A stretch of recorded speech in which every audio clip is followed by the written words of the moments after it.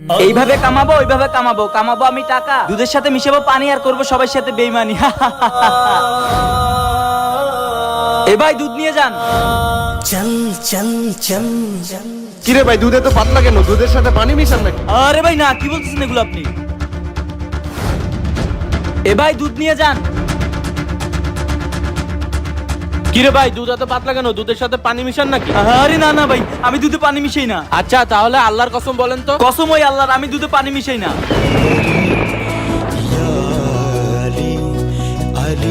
শাওন ভাইয়া আরে ভাই কি হয়েছে আপনার? আপনি কথা বলতে পারতেছেন না কেন? আপনি বসেন ভাই, আমি ইমাম সাহেবকে ডেকে নিয়ে আসছি। ভাই তুমি কি কোনো মিথ্যা কসম কাটছো? কসম ওই আল্লাহর, আমি দুধে পানি মিশাই না। এই জন্যই তো তোমার সাথে এমন হচ্ছে। যদি মৃত্যু তোমার মাথার উপর থাকে তাও আল্লাহর নামে মিথ্যা কসম কাটবে না। এখনো সময় আছে, আল্লাহর কাছে তওবা করে নাও।